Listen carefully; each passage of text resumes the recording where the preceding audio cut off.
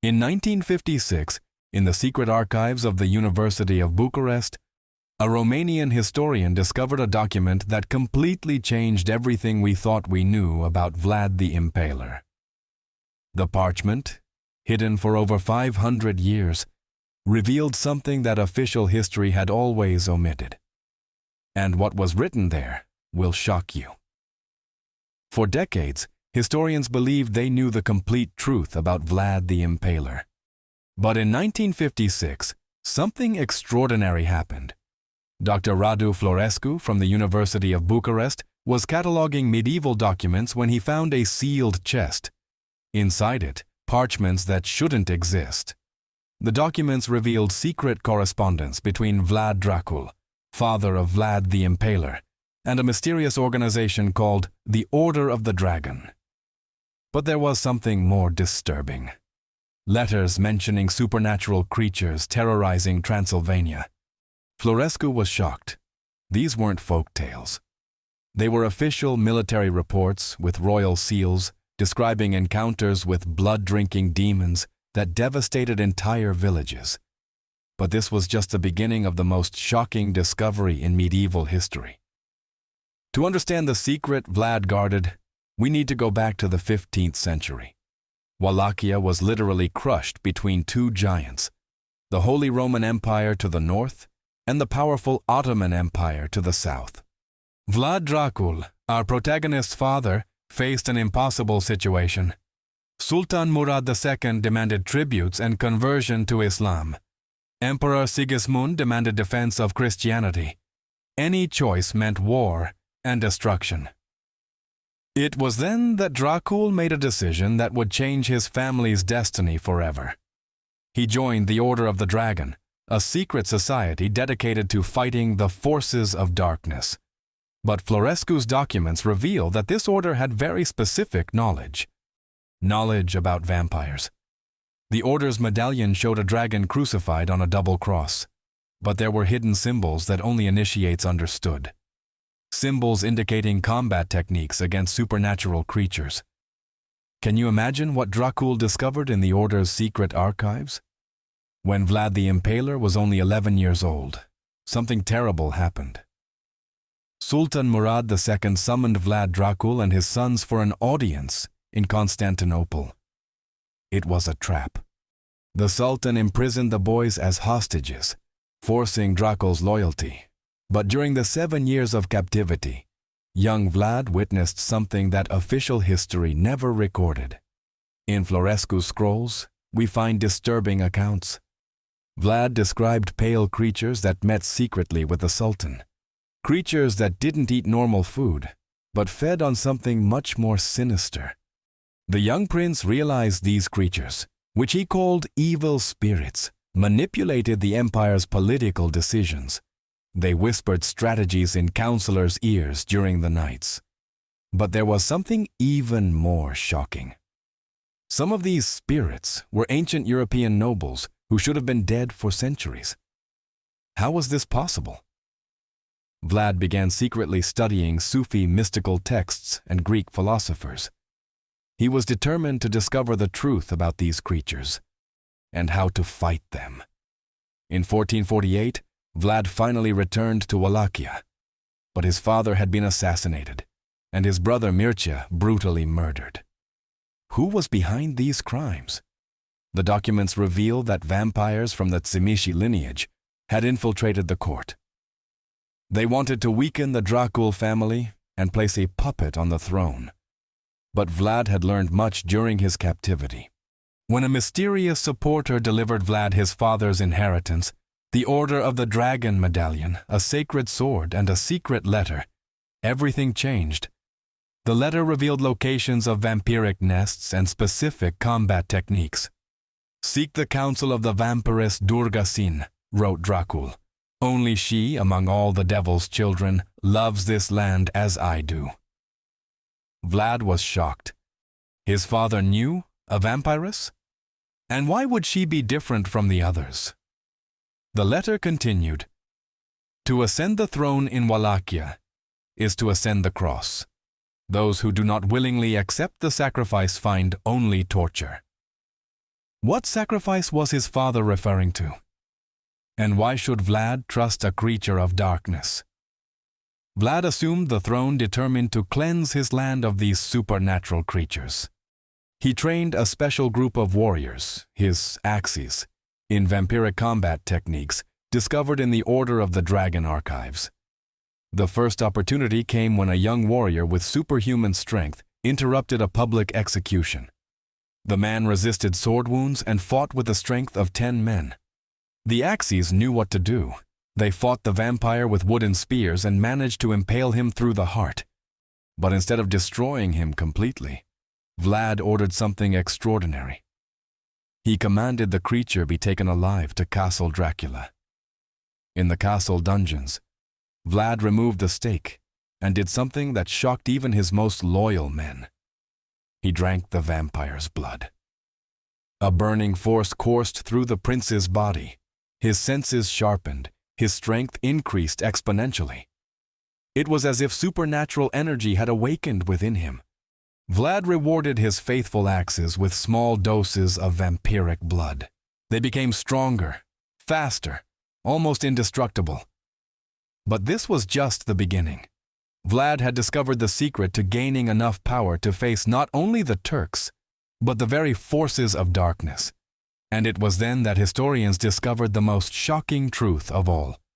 Florescu's documents reveal that between 1456 and 1462, Vlad captured and drained at least 3 Tzimisce vampires. Each dose of vampiric blood exponentially increased his powers. During the war against Sultan Mehmed II, witnesses reported impossible feats. Vlad appeared and disappeared in battles like smoke. He survived wounds that would kill any man. His eyes glowed with supernatural light during nighttime executions. But there was a price to pay. Vlad developed an insatiable thirst for blood. Courtiers reported seeing him dipping bread in the blood of tortured enemies. It wasn't just intimidation. He had truly developed a taste for human blood. Vlad's military strategy also changed. He began using vampiric tactics, lightning nighttime attacks, impossible ambushes, a spy network that seemed to know everything happening in the Ottoman Empire. The Sultan himself began to suspect he faced something more than a mortal prince. In intercepted letters, Mehmed II referred to Vlad as the demon of Wallachia and ordered his generals to avoid nighttime combat. Can you imagine the terror of Turkish soldiers when they found the forest of the dead, an entire mile of impaled bodies?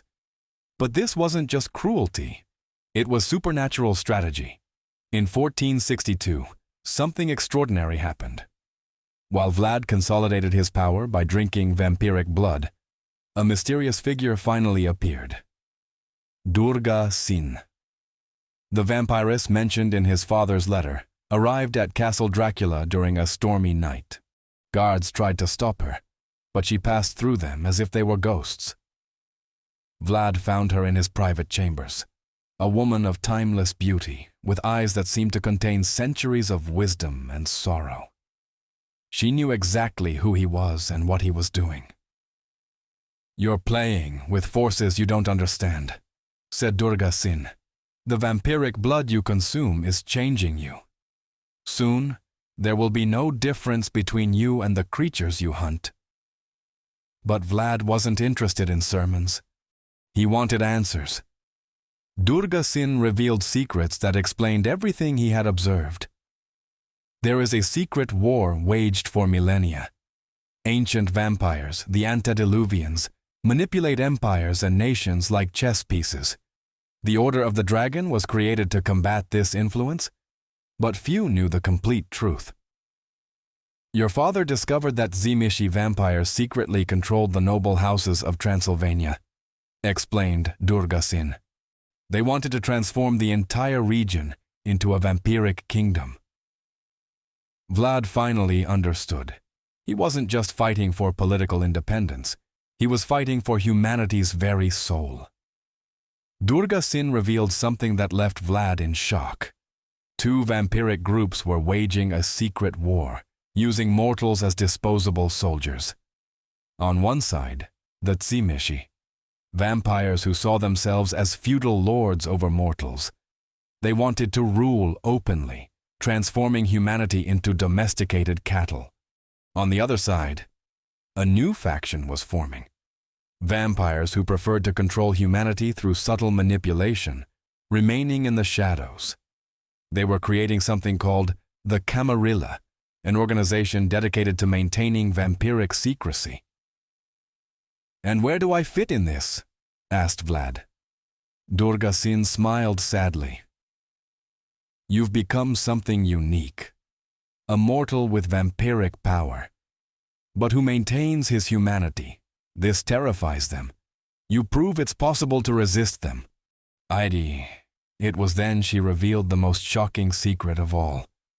There exists an ancient prophecy that speaks of a dragon prince who would arise to challenge vampiric dominion.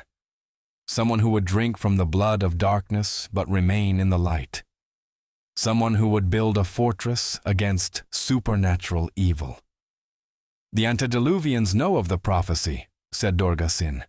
"That's why they sent their servants to destroy your family. That's why the Sultan kept you prisoner. They fear you are this prophesied prince." Vlad felt a chill run down his spine. Everything was beginning to make sense. In 1476, Vlad faced his greatest betrayal. His own brother Radu, supported by Tzimisce vampires, took the throne of Wallachia. Vlad was forced to flee, and his mistress threw herself from the castle tower to avoid capture. But during his escape through the secret tunnel, something extraordinary happened. Vlad had drunk so much vampiric blood over the years that an irreversible transformation had begun.